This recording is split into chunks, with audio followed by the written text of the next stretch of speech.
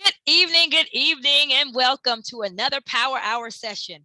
Tonight, what does it take? Why does attendance matter? It's more than just a law. It matters. It matters with student success. And here to talk about it, to share with us all her wealth of knowledge, we have none other than the supervisor for social worker services for Hillsborough County Public Schools, Dr. Myrna Hogue. Dr. Myrna Hogue, welcome. Yay. Thank you so much, Dr. Fullwood. I really appreciate that introduction. We are going to talk about why attendance matters. I do supervise school social work services, and one of our responsibilities is helping families get their kids to school. So if there's any barriers, anything going on, we are there to help families, your school social worker, to figure out what can we do to make sure that your child comes to school every day so that they can learn and get an education. So we're going to start off this evening, and I'm going to show you a small video, a short video about attendance and why attendance matters. And then we're going to look at a little bit of data that shows that attendance does matter. And then we're also going to talk about the things that you can do, then that school can do and the community can do to make sure that kids are coming to school every day. So I'm going to share my screen and start this video.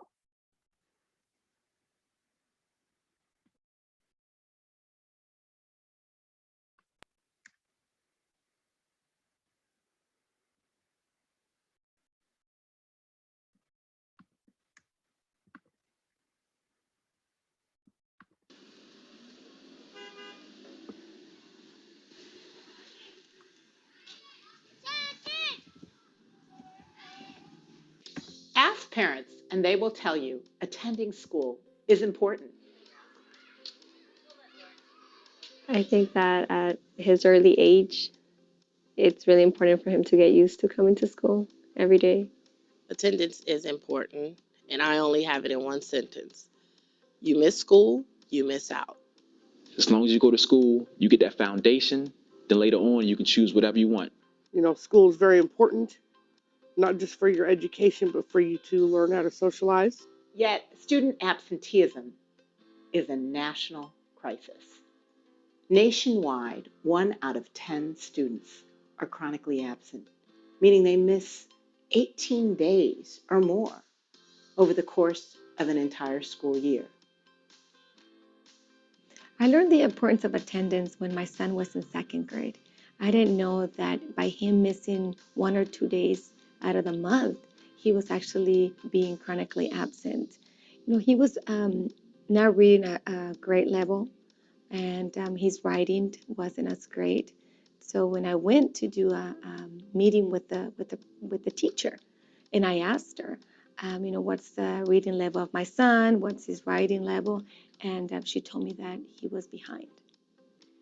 It's normal for students to miss a few days of school. Kids do get sick, especially when they're younger.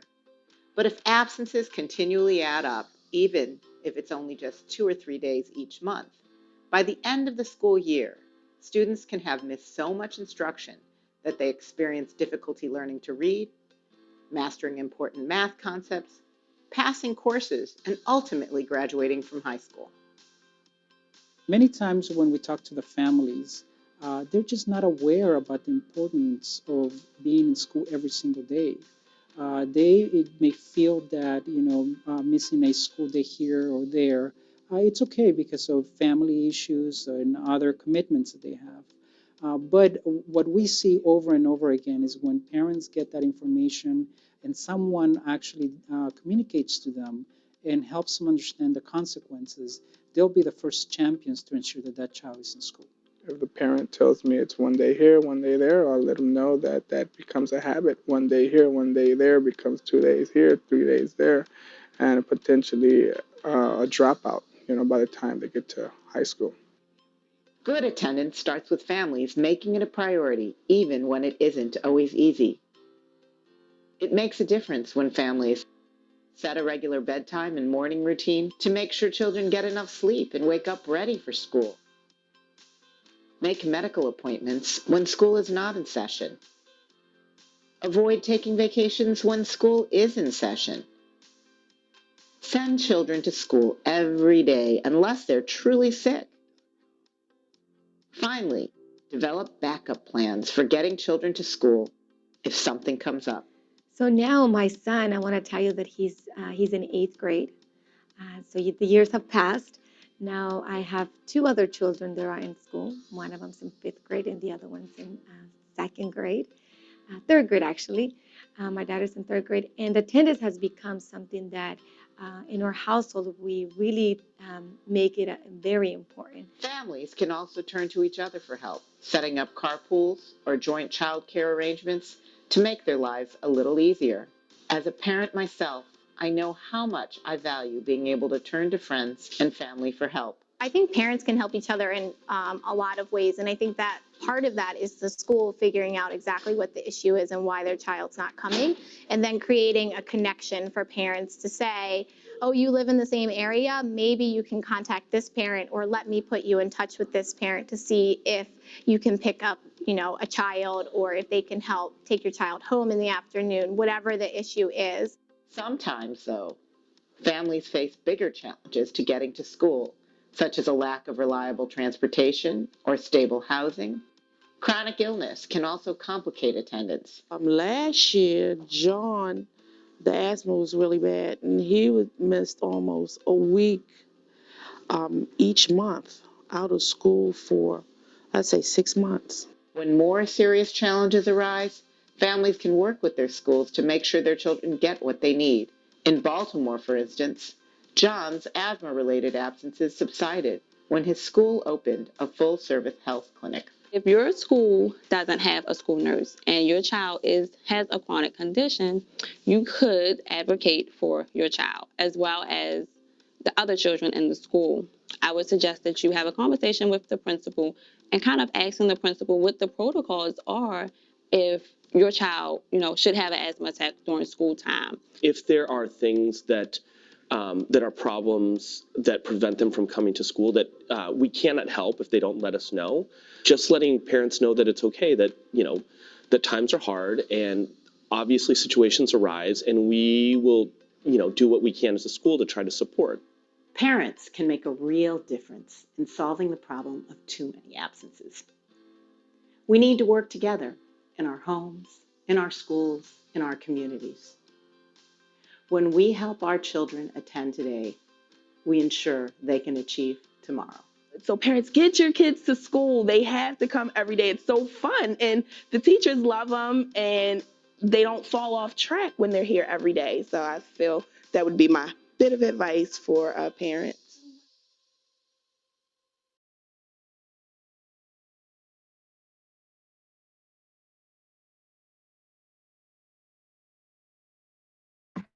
All right, so I hope you enjoyed that video.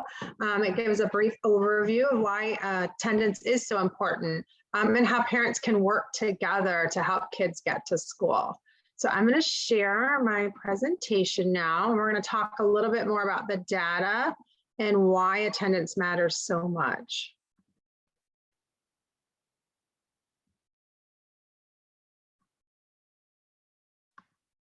All right.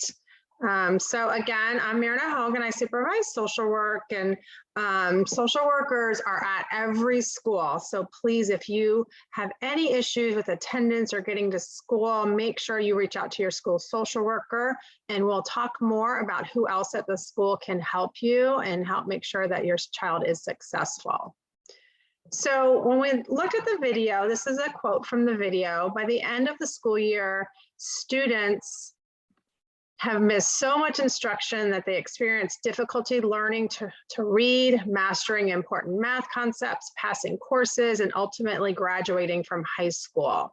And what's important is that when we look at this, it's every grade level. So think about with your children, whether it's kindergarten, first grade, sixth grade, or 12th grade, it is so important because concepts build on each other.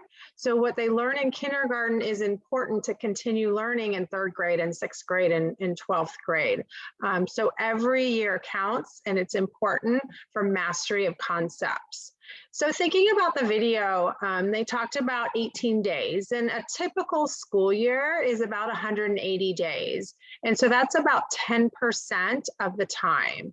So for me, when I think about 18 days a year, that sounds like a lot. So wow, you know, I don't want my kids to miss 18 days. When you break it down for the month, sometimes parents don't realize that really 2 to 3 days each month ends up being more than 18 days. We have about 9 months in a school year. And so sometimes when you think about it monthly and you think, oh, it's just 2 days. 2 days don't matter, it's okay. But when it adds up to 18 days, that's when it becomes an issue. So we're going to talk about chronic absences. And I want you to notice that we're not talking about truancy. So sometimes you hear the word truancy, about children are truant, or the Florida law addresses truancy. So truancy is about having unexcused absences. So 15 unexcused absences in a 90-day period means a child is truant. But really what research shows is that it doesn't matter whether the absences are unexcused or excused, that if kids are missing school, then they're chronically absent, then it impacts their education. So I don't want you to think about truancy. I want you to think about every day and every absence as being important. So we really, in our county, have really looked at the research, and we are trying to address chronic absenteeism. So that really means looking at the whole child and trying to figure out what's going on and how we can help kids come to school. So when you think about 18 days, that's chronically absent. So really, as a parent, when you start to look at your child's attendance and you say, oh, you know, it's about 10 days, 7 to 17 days, that's kind of that warning period of, oh, my child is missing too much. And what we really want parents to strive for is that satisfactory attendance, which is 9 or fewer absences for the year. Because we know children get sick and we know there are family emergencies and life happens. So if you kind of stick to that thinking, you know, you don't want to take your child out for 9 days, but if there are 9 sick days across the year or some family emergencies, then your child will probably still be okay if they're at that 9 or fewer absences. So really starting in preschool and kindergarten, too many absences can cause a child to fall behind. And often we think, oh, you know, it's just kindergarten, they're little, they're playing. But so many valuable skills are learned in kindergarten that it is really important for those little ones to be at school every day. And even preschool, they learn so much. And like the video said, it's not just about academics, it's also about socialization. And so those skills are equally as important. And like I said, you know, 1 to 2 days every few weeks ends up being, you know, a few a month. And by the end of the year, a child can end up being chronically absent. Also, being late to school can lead to poor attendance. When we think about tardies, sometimes we think, oh, they're just a few minutes late.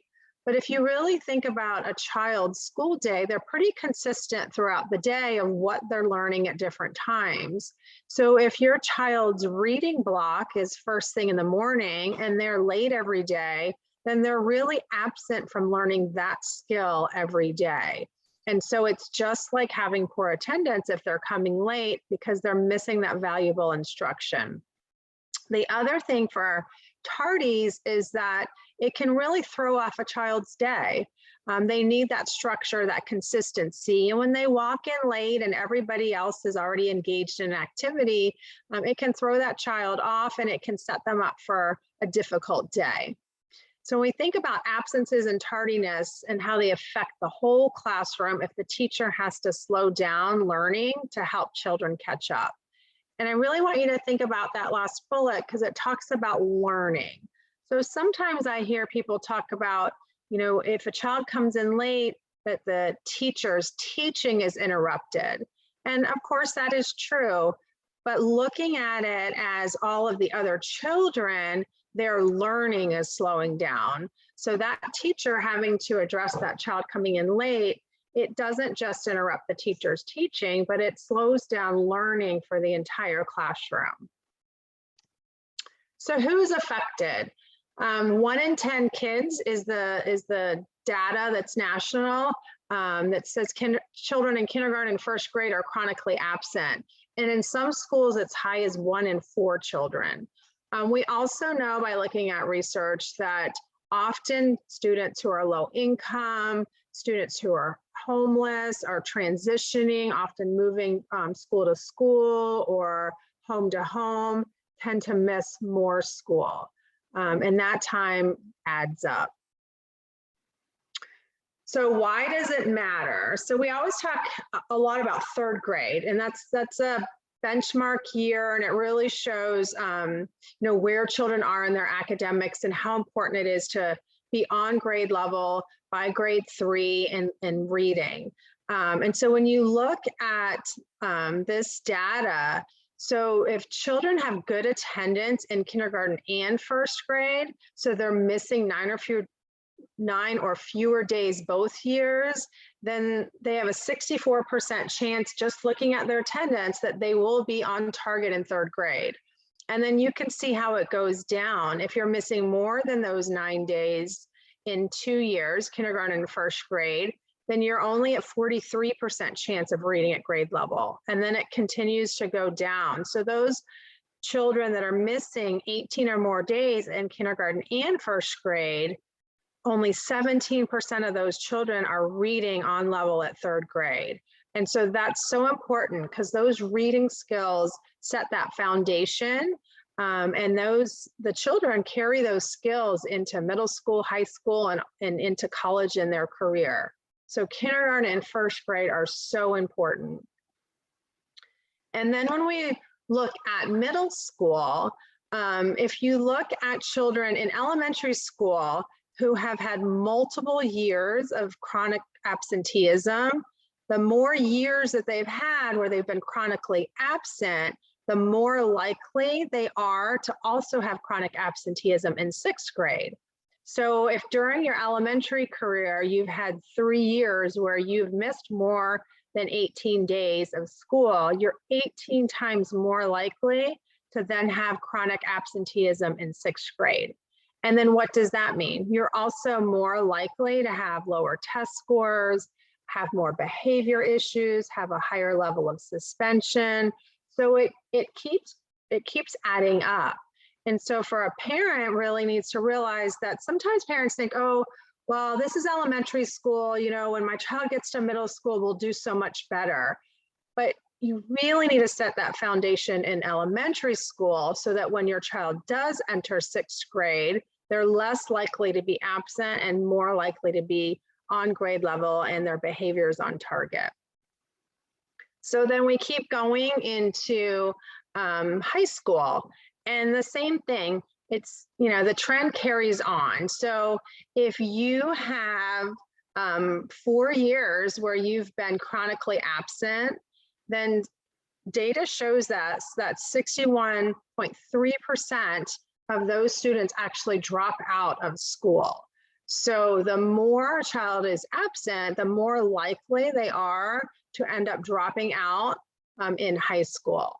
So again, that's why it's so important to set that foundation early so that children are on target, they're learning, they're socializing, and then they're less likely to drop out when they get into high school. So then this data is actually our school district, Hillsborough County. The previous data was from some national research and studies, but this is our school district. So this data goes back to 2018-19, which was really the last typical year before we entered the pandemic and are also dealing with COVID. But if you look at our graduation rates in 2018 and 19, 86% of the students who came to school regularly and were not chronically absent graduated. As compared to, of those students that were chronically absent, only 53% graduated. So you can see right here in Hillsborough County how important attendance is. And that's why as a district, we've really made it a goal for us to continue to address attendance and to try to see what are the barriers and how can we help students and families so that they come to school. Because the only way to continue to increase our graduation rate and make sure that students are graduating is to make sure that they're coming to school every day. All right, so that's a lot of data, and it's pretty clear that the data shows us that, you know, if students are not coming to school, then they're gonna struggle, and it's less likely that they're reading, that they're behaving, and that they're ultimately graduating. So what does it take to get a child to school every day? It takes a village, like the saying says, it takes a village to raise a child. So we're gonna talk a little bit about family practices, some social capital, schools. What is the school's responsibility? As a school district, we own that, you know, making sure our kids are coming to school. So what is it that we do? And also the community. What are those community services that are important to make sure that children get to school every day? So first, we're going to talk about some family practices. So I want you to take just a minute and think about what are some things that you already do to help your child get to school every day? You know, what does that look like for you? And I wish we were all in a group together and we could share, but we can't. So I just want you to just think about it, your morning routine, and what do you do to help make sure your child gets to school every day? And so some ideas, setting a regular bedtime and a morning routine, making sure your child gets enough sleep and that they wake up ready for school. That is so important. A regular routine and sleep is so important for a child. It sets a pattern and consistency. Helping your child maintain daily routines, such as finishing homework. Really having a schedule of when does your child do homework? Do they do it right after school? Do they eat dinner first and then work on homework? But having that daily routine so that children know when they're going to do their homework, what's the expectation in the household, do they have the supplies they need, do they have the space that they need to be able to get their homework done. And that really helps with attendance because, you know, children don't want to go to school if they're going to be called on and they haven't done their homework and they're you know, not sure what's going on in class. It makes it more stressful for that child. So those daily routines are so important. Making medical appointments when school is not in session. And we know sometimes it's difficult to get into the doctor and get appointments, but really trying to make those regular appointments like physicals and dental appointments when school is not in session. So sometimes getting them done over the different breaks or getting an early morning appointment, especially now with some of those middle schools, they don't start till so late. You know, you might be able to get a dentist appointment at 7:30 in the morning and still get your child to school. This is a big one. Avoid taking vacations when school is in session. Sometimes I'll see families posting, you know, Disney cruise pictures and beach pictures. And I think, oh, I think the child should probably be in school. We get lots of vacation for the school district. And so it's really important to only plan vacations when school is not in session. Monitoring your child's academic progress and seeking help from teachers when necessary. Sometimes kids avoid school if they're struggling. You know, if you're having a difficult time in a certain subject, it can really produce some anxiety. And sometimes kids, you know, don't want to go to school if they're not doing well. So constantly monitoring your child's academic progress, seeking help from teachers when necessary, communicating with teachers, making sure that you're going to parent-teacher conference, or if you can't because of your work schedule or job, still make sure that you're reaching out to the teacher. We can use Canvas now. Teachers have emails. There's so many ways to reach out to teachers. If you cannot attend conference night, or if you need to talk to a teacher more often, because sometimes With some children, you may need to talk in between conference nights. So having that ongoing communication with your child's teacher will make it better for your child, and you can address any academic issues and really get help for your child. And then also, if your child is sick, because we know kids get sick, and especially now with COVID, we have kids that are quarantined, making sure that you're communicating with the teacher and the school, following that attendance policy, calling in so that the school knows your child is sick, because we don't want you to send your child to school sick. That's why, we say that, 9 days a year, we expect kids to get sick, and that's okay. So if you are experiencing, your child getting sick, make sure you're communicating, and then asking the teacher for any materials or resources to make up missed learning. There's great resources now where children can get homework help. There's lots of resources on our website. There's Mayan for reading. So really talking to the teacher to see what can my child do if they do have to miss school, so that they can stay on top of their learning. So social capital. So thinking about you and your child's attendance, what are some ways you can think of to call on friends or other families to help you get your children to school? Who can you call on to consistently help? Who can you call on to help occasionally? And then how can you help other families? So, there's a lot going on in our world today. And so to have a support system, to be able to support other parents is important. And so, think about those things when the school year is getting ready to start. Think about that schedule and think about, what is your backup plan? What if you need some help? What if something happens and you can't get your child to school? Who are those people that you can reach out to and rely on? And then who can you help?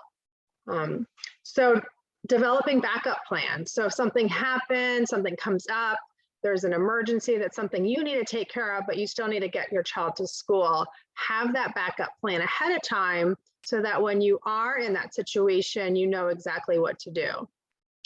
This is an important one, I think really sets the tone for the year. Introduce your child to their teachers and classmates before school starts. So participate in the back to school events, the meet the teachers, the meet and greets. That is so important, because if a child knows, the teacher, they've seen some of their classmates, it makes going to school in the beginning of the year so much easier. It really sets them at ease. And even for high school students, I know sometimes when kids get into middle school, high school, maybe they don't want their parent taking them to the meet the teacher. But I think it's still so important for those kids to go, to see their school, to understand the routines, to kind of get a feel for the different buildings. We know schools get bigger as the kids get older. I know for me, when my youngest started 9th grade, he did not want me to take him. So I actually had a neighbor's son who I trusted and was a senior at the school.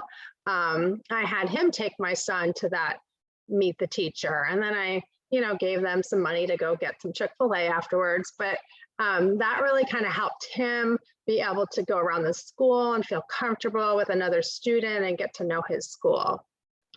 Find out if your child feels engaged by their classes. Find out if they feel safe from bullying or other threats. That's so important to get the pulse of your child and just kind of see how they're feeling about school. If you find that maybe they don't feel safe, or they feel like something's going on, or they're having a disagreement with a peer, we're going to talk about school resources. We have so many resources on your school campuses to help your children, and we want everybody to feel safe. So have those conversations with your kids, ask them how they're feeling, talk to them about their friends and what's going on. If your child does seem anxious about going to school, talk to the teacher, see if you can, put a plan in place, talk to the student services team professionals and other parents for advice on how to make your child feel comfortable. Again, we're going to talk about some school resources so you know exactly who you can talk to if you need help. Stay on top of your child's social contacts. That gets so much harder as kids get older and there's so many different platforms and kids are on their phone, but really try to be on top of who your child is talking to. What kind of apps are they on? Are they on Snapchat or TikTok, and what they're doing? Because sometimes there's things going on with peers, and you want to just know what's going on with your child. And often peer pressure can lead to missing school. Sometimes when kids decide not to go to school, or you think they're getting on the bus, maybe they're not getting on the bus. Sometimes, it's groups of kids, it's their friends, and they've decided to skip school.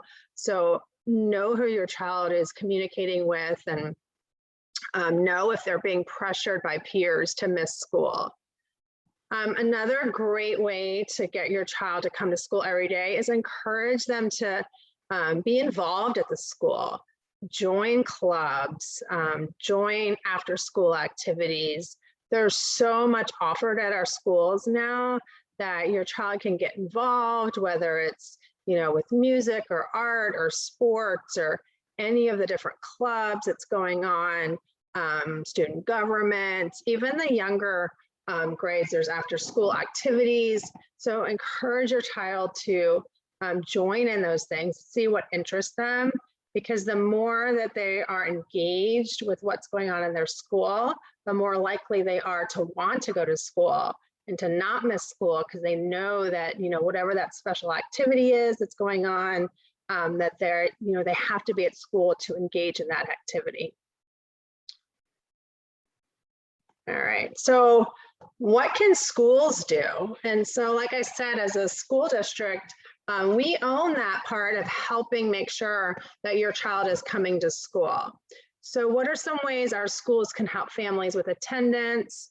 How can you hold your school accountable for attendance? You have that right as a parent to hold your school accountable, to see what they are doing to help your child, and what resources are available to make sure kids are coming to school. Again, communicating regularly with your child's school is so important. And again, I understand that, parents work and different schedules. So sometimes it's not always the traditional way of communication of, attending a conference night or an event. But sometimes it may be first thing in the morning. It may be an email, a phone call, but definitely communicate regularly with your child's school. Also, know the school's attendance policy. We have a district attendance policy. You can go on our district website, under student, under family, it'll have the link to the attendance policy, but know specifically at your child's school what type of incentives are available. I don't like the word penalties, but what happens if your child doesn't go to school? What consequences will they face? Different schools have different class competitions, they have different awards, they have different popcorn parties and things for attendance. So find out what that is so that and you can help your child get to school.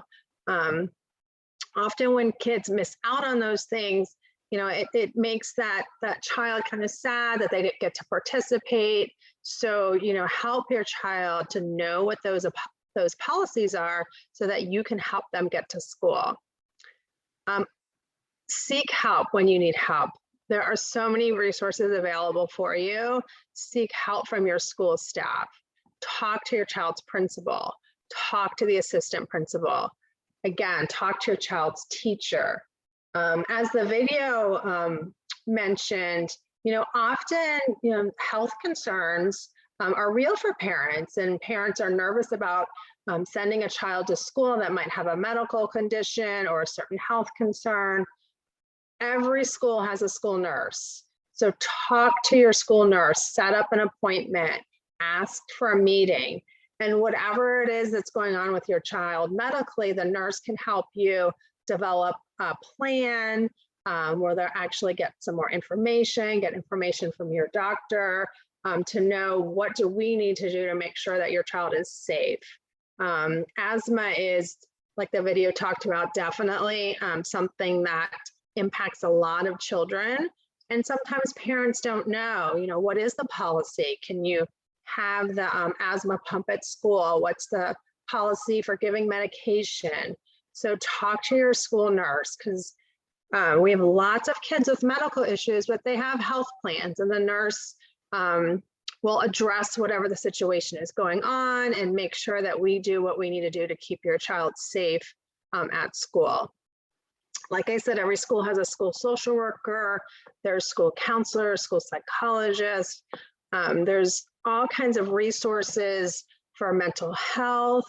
Often we talk about physical health, if there's asthma, if there's, allergies, but sometimes we don't talk enough about mental health. And so we know that children face issues like anxiety, like depression, and every school has a student services team that includes a social worker, counselor, psychologist that can help you navigate the system, help you put resources in place. Many of our schools actually have contracted therapists on campus. So if your child needs to see someone, of course, we would work with the parent first and get permission, but those resources are available on school sites. We also connect families with resources in the community. So you have resources at your child's school, and we are more than happy to sit with you, learn more about your child, and put a plan in place that meets the needs of your child and you, so that your child can come to school every day. We talked about parent-teacher conferences, but also, many students have individual education plans, IEPs. So there's IEP meetings, 504 plans, so there's 504 meetings. So hold your school accountable. If you know your child has a 504 plan, make sure that you're meeting at least once a year to renew that 504 plan. And if you feel like it needs to be updated more, reach out to your school, talk to your child's teacher, and have those meetings, participate in those meetings. We talk about our IEP meetings and our 504 meetings about like they're a team process. And one of the most important people at the table is the parent. So come to those meetings. One thing, I guess, if there's a positive that came out of COVID, is that we are doing so many more things virtually, just like this training today. So we do have the ability to do IEP meetings and 504 meetings virtually. So, if you have a busy work schedule or you're caring for, somebody else at home and it's hard to get to the school, ask for a virtual meeting. That is, like I said, definitely something that's a positive, that we have that ability to reach more parents. And we do lots of different meetings virtually now. So make sure that you're present and part of those meetings so you can advocate for your child's needs. And like I said, hold us accountable for making sure your child gets what they need. Because ultimately, again, it's going to impact your child's attendance, which then impacts their success in school and in the future. And again, with schools, get involved. There's so many different ways as a parent to get involved. Schools have PTAs, they have school advisory committees. If your child attends a Title I school, there's parent meetings, there's Title I compacts that you can look over, like the goals of the school, and join in and make sure you're in agreement. So seek out those different meetings and ask to be a part of those things. And that's a great way to learn more about what's going on in the school, so that your voice can be heard. You can come to the table. And again, it's a great way to make sure your child's coming to school, because then you know what's going on at the school and you can do what you need to get your child to school. All right, let's talk just for a minute about community. Sometimes there's kind of community type of issues that lead to difficulties in children getting to school. So it can be a lack of reliable transportation, or housing, health concerns, sometimes are barriers that families can't tackle alone and you need help.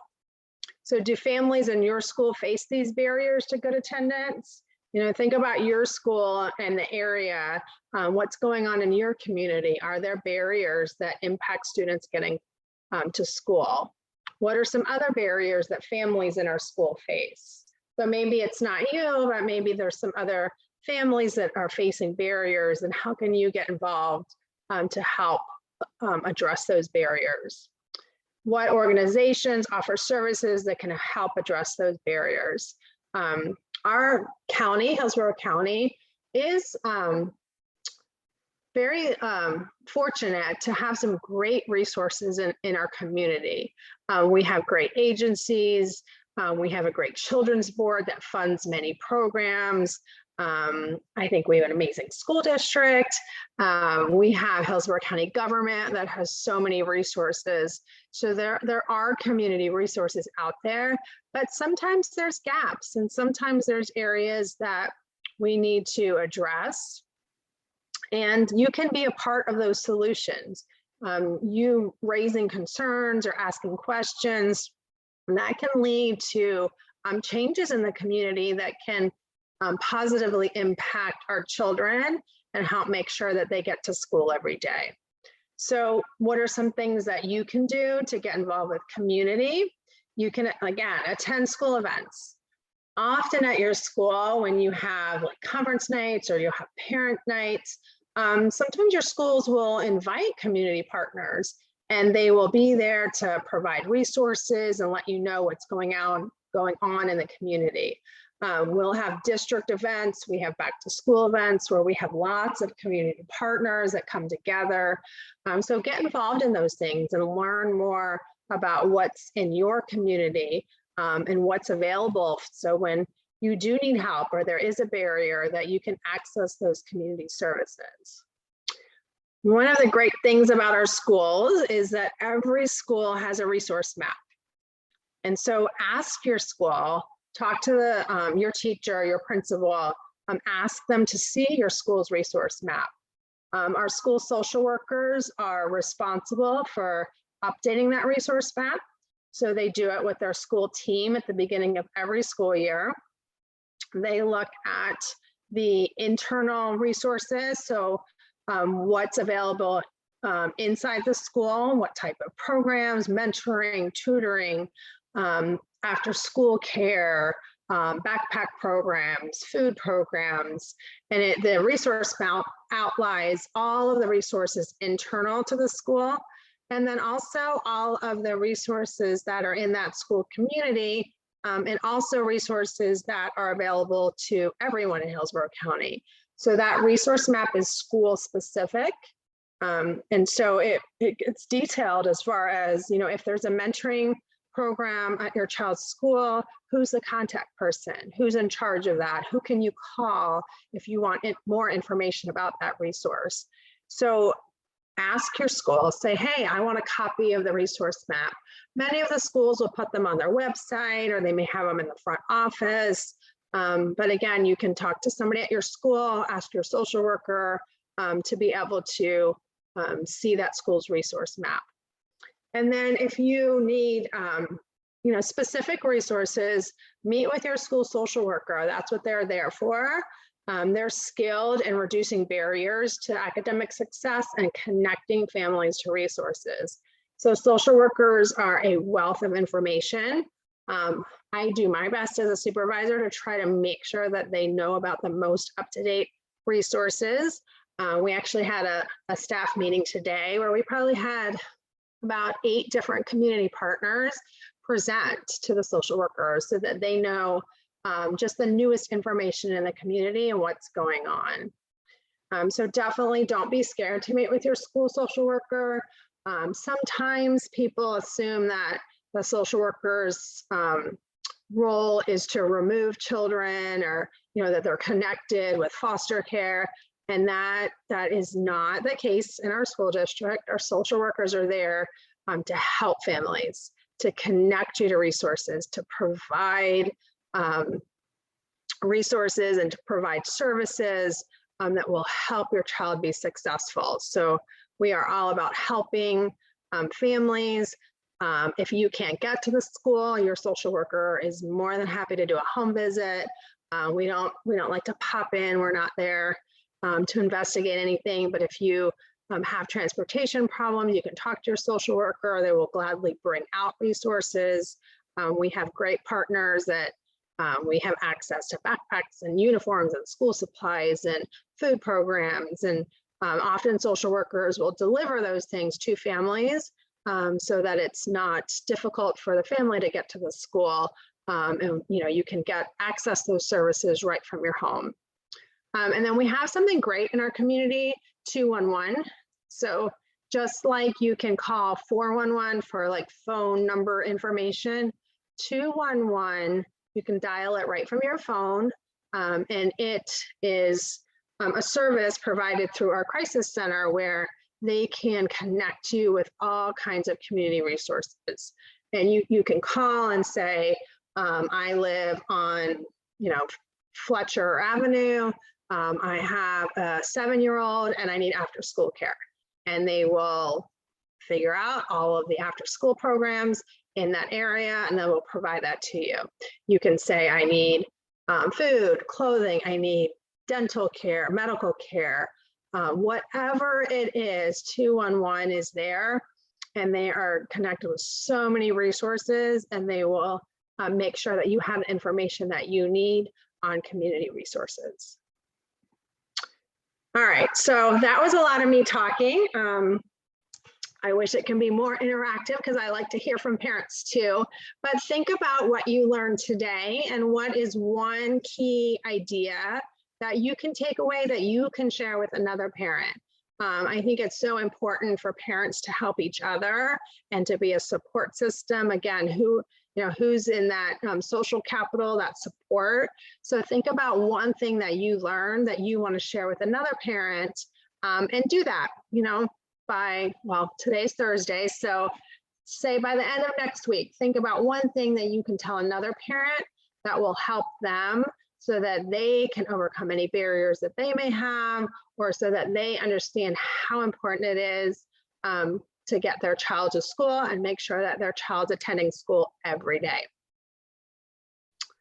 And that is the end of my presentation. I want to thank you for participating, because just by participating now or by watching this video, it means that you are invested in your child's education and that you are interested in learning more about school attendance and what you can do to help your child.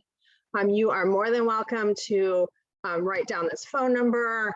I am available. If you need anything, please reach out. I can help connect you with who your social worker is at your school, or any resources or any questions that you have about attendance. Please do not hesitate to reach out. And I do want to just acknowledge Attendance Works is an amazing organization. And if you go to the Attendance Works website, there are so many resources for parents, for schools. If you want to do like a little attendance plan with your child, they have all kinds of templates. They have all kinds of brochures where you can learn more about attendance. They do have some more videos. There's so many resources on Attendance Works if you want to learn more about attendance. So thank you. And I think I'm going to stop sharing. All right. Thank you so much, Dr. Ho. That was such a comprehensive informational session. Wow, I learned so much, and I'm so excited that you were able to present that. Mercedes put the website to Attendance Works in the chat. If you all have any questions, please, she's here to answer any questions right now. Just go ahead and put it in the chat or in the Q&A pane. Just hover over the bottom. There's a black bar, and you'll see Q&A and chat. Think you did a great job. Typically, when there's no questions, that means everything is all good. Well, I appreciate it, and I mean it. If anyone wants to reach out, that's my phone number. You can feel free to call me. I love talking to parents. That's the best part of my job. So Yes, that we all know how social workers. We all know. My mother was a social worker, so I know they're so kind and they love people. They just love people. So with that, we want to thank you all for being with us. Don't forget, this session is being recorded. So if you go, we put our YouTube channel in that chat. It will be posted on our YouTube channel. If you subscribe, you can then share with your friends, with your family, with your neighbors. Make sure everyone sees it. We so appreciate you being here and taking the time out this evening to be with us. And with that, I want to tell everyone, have a good night. You're welcome, everyone. Good night.